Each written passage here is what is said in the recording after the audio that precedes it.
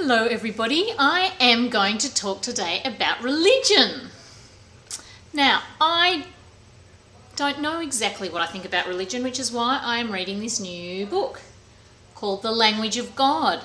And this is written about, it's a scientist, Francis Collins, and he was an atheist. And then he started working on the DNA of the code of life, and he actually, when they actually got this immense code, I'm not a very sciencey person, so the way I explain things is going to be clearly, very simply. Anyway, when they finally came to a result with this DNA formula or something like that, he actually presented it with the president, and he made reference to, I'm just looking for it, I should have been more prepared, hang on. Anyway, he made reference to the fact that it was to do with religion as well, that this and faith, that they had come to this conclusion, which is so rare for a scientist to have that belief. So he goes through different questions. I'm only up to page, 50 or something, but I'm finding it very intriguing because I basically think that it's all the same. I think, you can be Buddhist or you can be Muslim, you can be Christian, Catholic, Jehovah's Witness, I don't care what you are. I think everyone's the same. It makes no difference to me, Jewish, anything.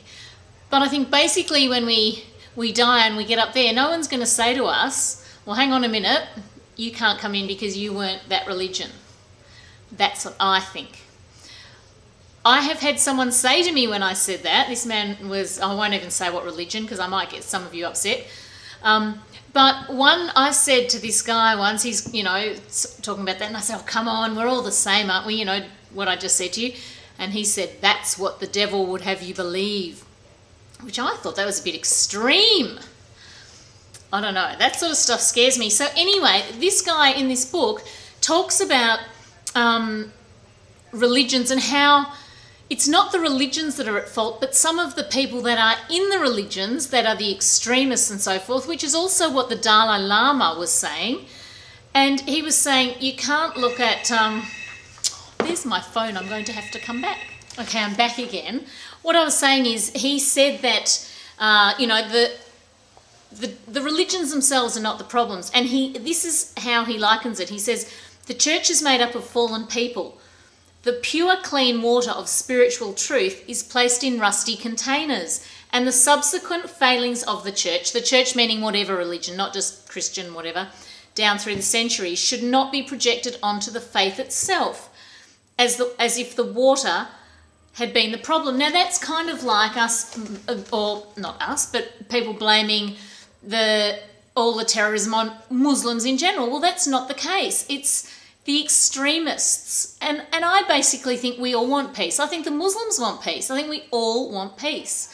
It's just those extreme ones. Anyway, in here, he talks about part of the reason he thinks that there has to be more to it is he says there is a moral code to life.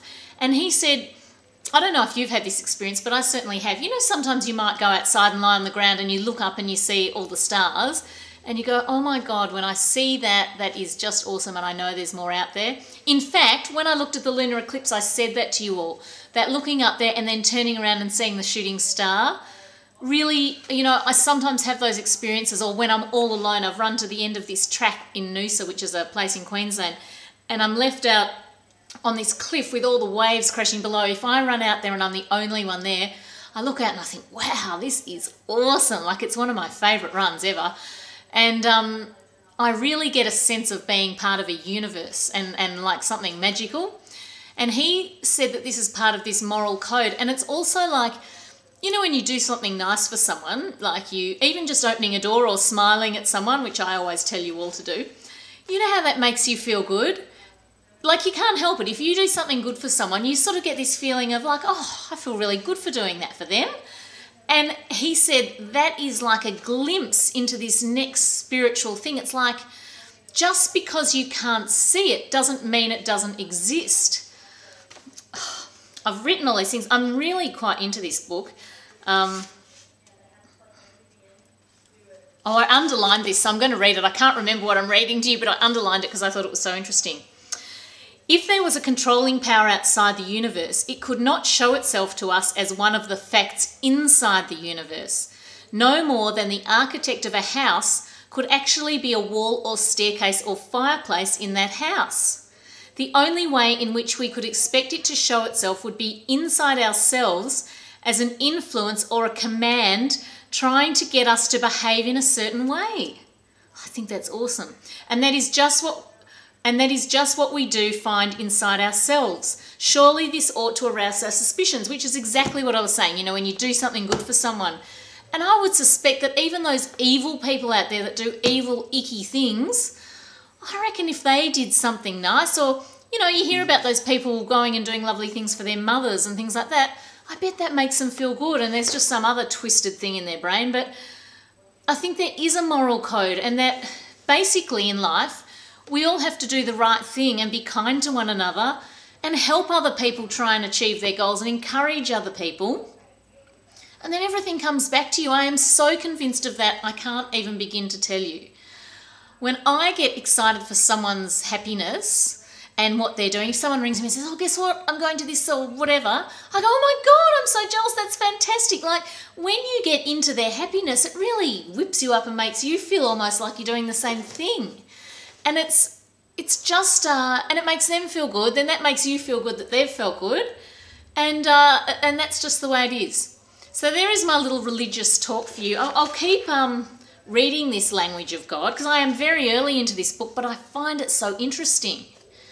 For someone who has not believed in God to now have this incredible faith, and to put it like that you don't have to see it, but there's this yearning for us. And he said sometimes, when you're in a church or you're at a concert and you hear a song and there's some kind of incredible feeling and you go, oh, and you almost are left wanting more of something that you don't really know what it is.